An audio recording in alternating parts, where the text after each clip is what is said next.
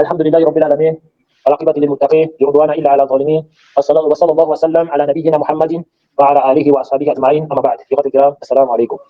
Alhamdulillah, on va donc continuer avec nos sujets sur Al-Wala ou Al-Bara. On va pas être trop long parce que ce n'est qu'un principe qu'on va détailler et Inch'Allah, prochain cours, on va venir avec les annulatifs et les conditions de la ilaha illallah. D'accord? Alors, nous avons parlé, nous avons dit qu'il y a trois catégories de personnes avec qui nous faisons l'alliance et le désaveu. Nous avons dit que la première catégorie de personnes, ce sont ceux avec qui on s'allie et on les aime de façon absolue, sans éprouver aucune haine à leur égard. Et on vous a cité ces catégories de personnes-là. Et à la tête du prophète Mohammed, sallallahu alayhi wa sallam. Nous avons cité la deuxième catégorie de personnes, ce sont des personnes qu'on déteste. D'accord? Pour Allah subhanahu wa ta'ala. Est-ce que vous avez compris? On les déteste pour Allah subhanahu wa ta'ala et on voue une animosité complète vis-à-vis d'eux. Ceux-là, ce sont ceux qui sont mécréants de façon absolue. Et on a dit que la deuxième catégorie de personnes, ce sont des personnes qu'on aime d'un point de vue et qu'on déteste aussi d'un point de vue. Et on vous a dit que parmi ces personnes-là, il y a ceux qui font des grands péchés, qui font des péchés, ouvertement. Alors, quelqu'un qui va de sabbat, quelqu'un qui fait le zina, qui boit de l'alcool. Celui-là, on les déteste à cause du péché qu'il fait, mais on l'aime pour l'islam. C'est vous comprenez? On l'aime pour l'islam et on le déteste pour son péché. Est-ce que vous compris? Et là, on vous a dit que maintenant, parmi ces catégories de personnes qu'on aime aussi, on déteste, il y a ce qu'on appelle les mubtadi'a, les innovateurs. Et c'est sur ça qu'on devait un peu parler. Est-ce que vous avez compris? Les innovateurs. Les innovateurs, quand on parle de l'innovateur en islam, c'est celui qui n'est pas sur le manhaj des salaf. C'est-à-dire quoi? Il n'est pas sur la aqidah, les gens de la sunna. Il n'est pas sur la voie des théories prédécesseurs. Celui-là, c'est un innovateur.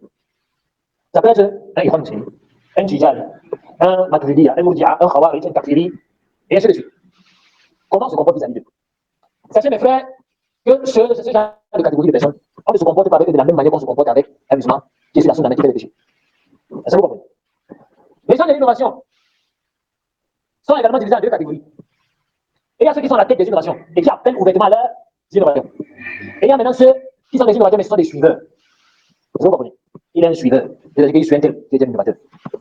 Sachez que le comportement est capable vis-à-vis de ces deux catégories de personnes diffère. Celui qui est à la tête de l'innovation et qui appelle aux innovations, celui-là, on le boycotte. On met en garde contre lui et on se désavoue de lui et on coupe avec lui. Est-ce que vous comprenez? Ça veut dire quoi?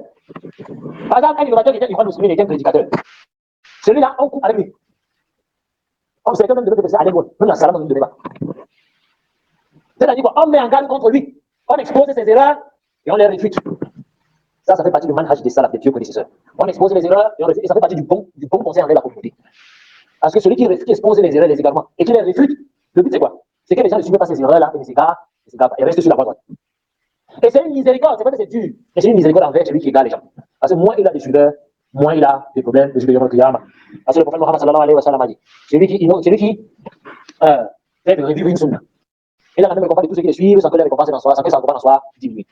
Alors que celui qui avait une mauvaise sunna, dans une innovation, celui-là aura les péchés de tous ceux qui les suivent, sans que les péchés en soient diminués. Est-ce que vous voyez? La gravité là, tous ceux qui vont te suivre, en fait, tu auras les péchés. Imaginez le premier à avoir rasé sa barbe en islam. Tous ceux qui vont raser la barbe après lui, il aura tous les péchés de ceux-là. Sans que leurs péchés à eux ne soient diminués, parce qu'eux aussi auront les péchés. Et si quelqu'un te suit dans ça, tu auras aussi les péchés de celui-là, mais celui qui aura l'ensemble de tout ça, celui qui avait rasé le premier. Vous imaginez? Celui qui avait innové l'anniversaire du prophète, il a les péchés de tous ceux qui vont faire la fête là, sans que les péchés à eux qui font cette fête ne soient diminués. Mais lui va porter la responsabilité de tout cela. Donc on voit que c'est grave. Est-ce que vous comprenez? Alors l'innovateur, on ne l'écoute pas. On ne le marie pas à nos femmes. C'est-à-dire, quelqu'un qui est sur la sunna ne marie pas sa fille à un innovateur. Quand il parle, on a les balles dans les oreilles, on ne l'écoute pas. Il parle d'un sujet de la religion. On a dit une Syrie, un tabié, un des élèves des compagnons, un homme est venu le voir et lui a dit, puis je te récite un seul verset du Coran. Il a dit non. C'est un innovateur. Il a dit non. Pourquoi? Il se peut que même dans ta lecture là, tu m'apportes une mauvaise lecture et ça me met une ambiguïté dans mon cœur. Et vous savez que quand l'ambiguïté entre dans le cœur, ça devient difficile d'en sortir. C'est pour ça que quand on met en garde, quand un innovateur, c'est pour empêcher les gens d'aller l'écouter. C'est pour empêcher les gens de le suivre dans ses erreurs et pour préserver la communauté des égarements. C'est pour ça que le Cheikh Saleh Fawzan dit, mais on ne doit pas, par rapport à ces gens-là, on ne doit pas les détester. On ne doit pas les détester d'une part, absolument. Et on ne doit pas aussi on doit les détester d'une part. Et on ne doit pas aussi les aimer, absolument. On les aime d'une part, les détester d'une part. Parmi les innovateurs. Maintenant, les Khawarij, le Cheikh a cité les Khawarij ici. Il a dit, on laisse des aveux de compte, les Kharijites, les Khawarij, au sujet duquel de celui qui commet un grand péché, il est en mécréant. Parce que ces gens-là, les Khawarij, qu'est-ce qu'ils font? Ils rendent des mécréants ceux qui ont fait des grands péchés. Maintenant, sachez qu'il y a une divergence entre les savants sur le cas des Khawarij. Est-ce que les Khawarij sont des koufars ou pas? Et ça aussi, les gens vont venir dire que nous sommes des kafiris, parce qu'on a adopté peut-être le point de vue des savants qui disent que les Khawarij sont des koufars. Moi, je vous avez dit les Khawarij kafir. Est-ce que c'est nous qui avons dit les Khawarij kafir? Ce sont les savants de la sunna qui méditent la religion dans nous que nous. Ils ont dit que les Khawarij sont des koufars. C'est pour ça qu'on dit que les Khawarij sont des koufars. Ils sont appuyés sur certaines preuves. Maintenant, aussi, les savants qui disent que les Khawarij ne sont pas des koufars. Maintenant, si toi, par exemple, tu es convaincu par les arguments des savants qui disent que les Khawarij ne sont pas des koufars. Moi, je suis convaincu par les avis des savants qui disent que les Khawarij sont des koufars. Et toi, quand c'est un kafir. Toi, tu dis que ce n'est pas un kafir. Non. Parce que j'ai des arguments, il y a un musulman ici, c'est un kafir. Toi, tu dis que ce n'est pas un kafir. Maintenant, moi, j'ai le droit de te rendre mes créants parce que tu n'as pas rendu mes créants, celui que j'ai rendu mes créants. Ou parce que tu doutes de la mécréance de celui que j'ai rendu mes créants. Jamais. Maintenant, toi, est-ce que tu as le droit de mettre des takfiris parce qu'il a rendu un ravage des créants? Là, tu sais que je suis les savants de la sunna. Toi également, tu suis une position. Khalas, miséricorde entre nous. Est-ce que vous comprenez bien ce sujet-là? Hein? S'il vous plaît. Parce qu'il y a des koufars qui sont des koufars de façon absolue. Qui peut donner des créants sur un gaz? Est-ce que tu comprends? Comme les juifs et les chrétiens. Ce sont des koufars. Si un musulman doute de la mécréance, c'est un juif ou des chrétiens, c'est un kafir. Est-ce que vous comprenez? Il devient mécréant. Et là, puis la chaque, il n'y a même pas de doute là-dessus, il n'y a même pas de divergence entre les savants là-dessus. Est-ce que vous avez compris? Mais même ces gens qui disent que je suis un kafiri. Voilà Abdurrahman du complexe, Abdurrahman des Joie. Qui dit que les juifs et les chrétiens sont pas des koufars? Vous avez entendu une fois, j'ai dit que celui-là c'est un kafir. Et puis même moi qui vois que, comme je suis Abdurrahman, quelqu'un qui doute de la mécréance, les juifs et les chrétiens, c'est un kafir. Celui-là, à soi, il est kafir. Il n'y a pas besoin de lever l'argument sur lui. Ça, c'est la vie des chefs de base. Même moi qui suis sur la vie des chefs de base, je n'ai pas rendu mécréant, Abdurrahman des Joie. Alors qu'il dit que les juifs et les chrétiens sont des koufars, ou Aboubakar du complexe là, ou Youssouf qui était aussi là, quand même face des écoles. Vous avez entendu une fois que j'ai rendu celui-là mécréant? Mais moi, on dit que je suis un kafiri. Ah, l'injustice, c'est vraiment. Et c'est ça, et je vous dis, pourquoi je partage avec vous? Je prends ça dans la chambre. Il fallait que je l'ai répliqué dans la chambre, je ne vous dis pas. Mais pourquoi je vous dis ça? C'est pour vous éduquer. Vous êtes des gens qui avaient embrassé la sunna. Et vous allez faire face à des obstacles, à des gens qui vont vous taxer de tout et rien. Mais il faudra que vous soyez faible sur votre position. Lorsque vous êtes sûr que cette position, c'est une preuve, j'ai les savants de la sunna avec moi. Vous comprenez? Et il faut aussi tomber dans leurs yeux. Quand tu sais que ce sujet, il y a divergence. Même si tu te traites de tout et de rien à cause de la divergence, toi ne le traites pas ton tout de tout et de rien à cause de la divergence. Non, considère la divergence et garde ta position. Est-ce que vous avez compris? Parce qu'on doit vous éduquer. Soit un salafi à la djada. Soit un salafi comme il se doit. Comme un salafi à la djada. Soit un salafi comme il se doit. Pas un salafi qui a écouté deux prêches une fois parce qu'il n'y a pas non. Un salafi qui a commencé un livre comme nous avons commencé là. Et qui a fini le livre avant d'entrer dans l'autre livre. Il finit, il lance dans l'autre livre. Et qui a étudié la religion. Parce que les gens écoutent des vidéos, des savants 2 minutes, 3 minutes, pour la religion. Ça, c'est même pas apprendre la religion. Ça, c'est faire le sport dans la religion. La religion, c'est tu prends un livre de base, tu finis. Tu prends un livre de base, tu finis. Tu prends un livre de base, tu finis. Avec un étudiant, ça se fait comprendre la religion ou un savant. Vous avez compris? Non. Donc, je revenais dans cela. Les Khawarij ou les gens de secte, on se désavoue d'eux. On ne reste pas dans les assises. On ne les écoute pas. Mais contrairement aux pouvoirs que sont faits, on demande à Allah de les quitter. Est-ce que vous avez compris? S'il meurt, on demande à Allah de lui pardonner. Si on est convaincu qu'il est mort musulman, est-ce que vous avez compris? Si on est convaincu qu'il est mort musulman. Il faut aussi dire ça. Parce que parmi les gens de l'innovation, il y a des innovateurs qui sont des koufars, comme les soufis, qui adorent les morts, qui se procèdent devant les tombes. Ceux-là sont des koufars. Vous l'avez vu dans le groupe, j'ai balancé, j'ai mis dans le groupe des femmes, le groupe des hommes. Il y a Fatawa du chef Abou Mal Tamfei. C'est mon cher. Alors, on lui a posé la question, est-ce qu'il est permis de prier le tarawih derrière les gens qui sont des Munharif, les gens qui ont dédié? Il a été clair. Qu'il est permis, que les gens de la sunna, à la base, qu'on prie derrière les gens de l'ino. On peut prier devant les gens de l'ino, de l'innovation, qui sont tombés dans les innovations qui ne sont pas de la mécréance. Tu peux derrière l'innovateur, t'as prié Bali. Mais il dit quoi? Il n'est pas permis de prier derrière un soufi, ou dans une mosquée où il y a une tombe. Vous avez compris? Derrière un soufi. Non, il n'est pas permis de prier derrière un tijani. Je ne pas dire que j'ai fait le takfir des tijani. Mon frère, j'ai fait le takfir, ce sont des koufars. C'est moi qui ai fait le takfir. Le comité permanent des savants de l'Arabie Saoudite, les Jada, ils ont fait le takfir des koufars, des tijani, ils ont dit que les tijani sont des koufars. Et ils disent même que celui qui prie derrière un imam qui a la dans les tijani, il refait sa prière, bonne. Sa prière n'est pas valide. C'est quand toi les mots, mon frère, quand je suis clair dans la région, c'est shit. Toi, tu viens aujourd'hui, tu me dis que non, il y a qui Kamato Koutia. Oui, c'est vrai Kamato Koutia. Combien de ces gens acceptent le conseil? Vous voyez qu'ils sont beaucoup qu'il y a des gens qui disent que c'est du couvre, du shit. Mais ils ont qualifié ces gens de quoi? Wahabi. Quand on fait ces gens de Wahabi, parce qu'on les interdit d'adorer les morts. Allah Moustad. C'est pas moi qui dis, ce sont nos savants. Et c'est pas pour moi, il a venir encore appuyer ça. Tu peux les rien, pas permis de prier derrière l'imam qui est soufi. Maintenant, toi et moi, on va venir qu'on te dit ça. C'est ça que vous êtes dit que si j'entre dans les mosquées, l'imam qui peut c'est un soufi, moi, je ne prie pas les rébis. Et là, tu aussi toujours ceux qui sont à la tête. On se désavoue d'eux, et on les boycotte, on met en garde contre eux, et on s'éloigne, d'eux. Maintenant, quand on suiveur parmi les innovateurs, celui-là, qu'est-ce qu'on fait de lui? On le conseille, on expose les égarements de celui qui suit. On l'appelle à revenir à la soupe, en exposant les erreurs de l'autre. Celui-là, le boycott possible de façon absolue. On peut le mettre en garde contre lui parce que lui n'est qu'un suiveur. C'est vous comprenez? Et il n'appelle pas les gens à la bida. Si tu commences à parler sur lui, tu vas me le faire connaître, et pourtant les gens ne le connaissent même pas. Est-ce que vous avez compris? Celui-là n'a pas besoin de mettre en garde contre lui, mais on le conseille, on l'appelle et on le conseille. On lui fait la dawa, on lui explique, on lui expose l'islam et la sunna. Est-ce que vous avez compris? Hein? Ça, c'est le cas des innovateurs. Maintenant, le musulman qui fait les grands péchés, comment est-ce qu'il est sur la sunna? Comment on se comporte vis-à-vis de lui? Ardu an tantabi'u, on a les frères. Parce qu'il y a aussi les gens qui croient que ça crée malveillance, c'est la religion. Celui-là, tu le conseilles. Tu l'appelles à laisser les péchés. S'il refuse et il persiste dans cela, et il y a d'autres méthodes que tu peux utiliser. Et parmi les méthodes légiférées, il y a le hajj. C'est quoi? Vous le connaissez? Et comment ça va? Vous lui montrez vis-à-vis par rapport à ce que c'est. Parce que le but derrière le hajj, c'est quoi? C'est que la personne comprenne qu'il est dans un mal et que vous les faites, vous n'êtes pas d'accord avec lui. Et que si il veut du fait avec vous, il doit te laisser ce mal. C'est bon. C'est-à-dire qu'il arrive dans la mosquée, il vous donne la salam, personne ne répond. Dalil. Le dalil de ça, c'est quoi? Vous ne connaissez pas dans la région de Bila. Il y a un dalil. À l'époque du prophète Mohammed sallallahu alayhi wa sallam, le prophète sallallahu alayhi wa sallam allait assister à la bataille de Hunaïn. C'était une des batailles difficiles. Maintenant, il y a des gens, parmi les munafiq, les hypocrites, qui ont trouvé des fausses excuses, des mensonges. Ils sont allés voir le messager d'Allah sallallahu alayhi wa sallam On a trouvé des excuses pour qu'il ait pour s'excuser pour la raison pour laquelle on ne voulait pas assister à la bataille de Hunayn. Le prophète Mohammed sallallahu alayhi wa sallam les a excusés. Maintenant, bon bref, c'est quoi? C'est qu'ils n'ont pas participé à la bataille, en fait. Quand le prophète Mohammed sallallahu alayhi wa sallam est venu de la bataille, ils sont allés voir le prophète Mohammed sallallahu alayhi wa sallam pour s'excuser en fabriquant toutes sortes de mensonges. Le prophète les a excusés. Mais il y a une fois, parmi ceux qui n'ont pas assisté à la bataille, qui ont refusé de mentir au prophète sallallahu alayhi wa sallam. Parmi eux, il y avait Obéi ibn Ka'b et deux autres compagnons. Ils sont venus voir le prophète sallallahu alayhi wa sallam, ils ont dit la vérité au prophète, que vraiment c'est la paresse, les femmes les ont retenues et tout et tout. Le prophète Mohammed sallallahu alayhi wa sallam s'est détourné d'eux.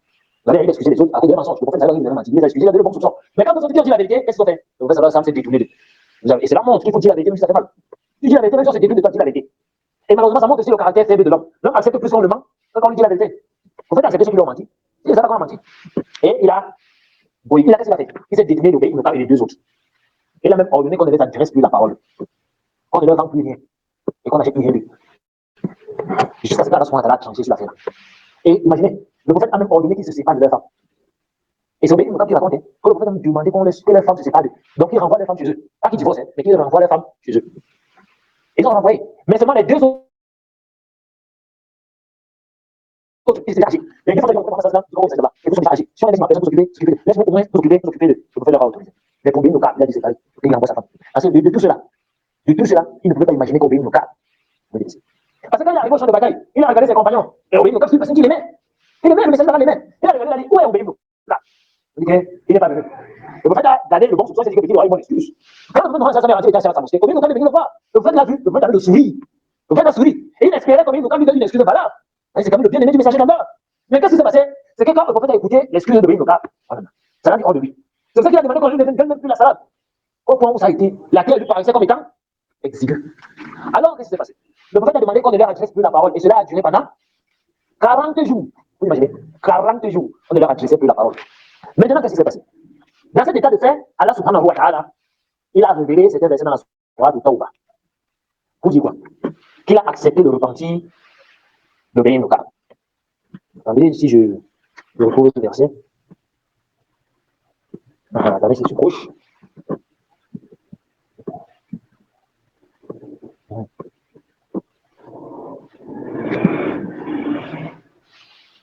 Voilà, non. Alors, regardez, Allah subhanahu wa ta'ala fait descendre ces versets à cause de cela. Il dit, ceux qui ont été laissés en arrière se sont réjouis de pouvoir rester chez eux, à l'arrière du messager d'Allah. Ils ont répugné à lutter par leur bien et par leur personne dans le sentier d'Allah. Et ils ont dit, ne partez pas au combat pendant cette chaleur. Dit, le feu de l'enfer est plus intense en chaleur, si vous comprenez. Qui rit un peu et qui pleure beaucoup en compagnie de ce qu'ils avaient acquis. Si Allah te ramène vers un groupe de ces gens-là et qu'il te demande la permission de partir au combat, dis, vous ne sortirez jamais à ma compagnie et vous ne combattrez plus jamais d'ennemis avec moi. Vous avez été plus content de rester en arrière la première fois. Je me donc chez vous en compagnie de ceux qui se tiennent à l'arrière. Allah décrit comme ça le caractère d'équipe. Et ces hypocrites qui sont venus mentir au messager d'Allah, sallallahu alayhi wa sallam. Est-ce que vous comprenez? Ensuite, Allah subhanahu wa ta'ala, dans le verset 90, il dit ceci. Il dit que parmi les besoins, certains parmi eux sont venus te demander d'être dispensés du combat. Et ceux qui ont menti à Allah et à son messager sont restés chez eux. Allah informe le prophète. Tout cela sont venus faire comment? Ils ont menti. Ils sont restés chez eux. Un châtiment douloureux affligera les mécréants d'entre eux. Nul grief sur les faibles. Et ceux qui n'ont pas le droit de passer dans le sentier d'Allah. S'ils ont cessé à Allah, s'ils ont cessé à Allah sur le messager, pas de reproche de bienfaiteur. Allah pardonneur et miséricordieux. Pas de reproche non plus pour ceux qui vont trouver. Donc, ils viennent te voir. Donc, ils sont venus te trouver pour que tu leur fournisses une monture et que tu as dit, je ne trouve pas de monture pour vous. Ils retournaient les yeux débordants de larmes. Ils ont venus demander au messager d'Allah de leur donner un chameau ou un cheval sur lequel vont combattre. Le fait dit que je ne trouve rien pour vous, sont rentrés les yeux débordants de larmes. Triste de ne pas trouver de quoi dépenser. Et il y a de voix de reproche vraiment à ceux qui te demandent d'être dispensés alors qu'ils sont riches. Il est prêt de demeurer avec celles qui sont restées en arrière. Allah a scellé le cœur et ils ne savent pas. Non. Ils te présentent des excuses. Quand vous revenez vers eux, ça c'est ce qui s'est passé après, quand le prophète est rentré, ils sont venus voir le prophète à la mosquée. Dit, ne présentez pas d'excuses. Nous ne vous croyons pas. Allah vous a déjà informé de vos nouvelles. Et Allah verra vos œuvres ainsi que le message, ainsi que son messager. Puis vous serez ramenés vers celui qui connaît bien les visibles et les visibles. Et Allah, il vous informera de ce que vous faisiez. Ils vous feront des serments par Allah. Quand vous serez de retour vers eux, enfin que vous passiez sur leur tort, détournez-vous d'eux. Ils ont une souillure et leur refus sera l'enfer en rétribution de ce qu'ils ont acquis. Non. Ensuite, Allah est venu dans la fin de l'histoire, il dit, pour montrer qu'Allah leur a pardonné à ceux qui avaient dit la vérité au prophète Mohammed sallallahu alayhi wa sallam.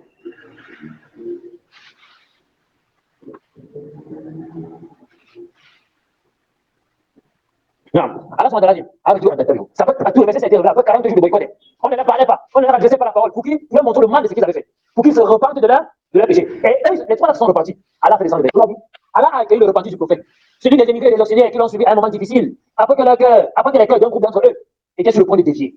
Puis il a accueilli le repentir et il est compatissant et miséricordieux à leur égard. Et il a accueilli le repentir des fois. Regardez, de tous ceux qui sont venus voir le prophète pour invoquer des excuses, elle a dit, il a accueilli le repentir des fois qui était resté en arrière, si bien que toute vaste qu'elle fut, la terre leur paraissait exiguë. Ils se sentaient à l'étroit dans leur propre personne et ils pensaient qu'il n'y avait d'autre refuge d'Allah auprès de lui. Et ils pensaient que le meilleur moyen de se protéger contre Allah, c'est qui? C'est de se protéger contre, de se reprendre à Allah lui-même. Vous voyez, Allah dit qu'il a accueilli le repentir. Et auprès de lui, lui, il agrée leur repentir pour qu'ils reviennent à lui, car Allah est grand agréable au repentir et miséricordieux. Vous voyez, le prophète avait fait le hajj. Pourquoi? Afin que ces personnes-là se repentent sincèrement à Allah. Et qui a accepté le repentir? C'est Allah. C'est pour ça que lorsque ce verset a été révélé, le prophète a ordonné qu'on annonce le cas. Allah a accepté son repentir. Il était sur le toit de sa maison. Un compagnon a pris le cheval. Il a lancé la course. Pour aller lui annoncer la nouvelle. Quelqu'un d'autre pour le dépenser dans le bien. On dit concurrencer dans le bien. Qu'est-ce qui s'est passé? Il a crié. Oh, mais il n'est pas. Allah a accepté son repentir.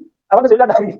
Il était sur le toit de sa maison. Dès qu'il a entendu ça, il est descendu. Il a commencé à courir. Il a trouvé le messager dans la mosquée. Le messager l'a accueilli avec un visage joyeux. Il a dit, oh, réjouis-toi comme le jour de ta naissance.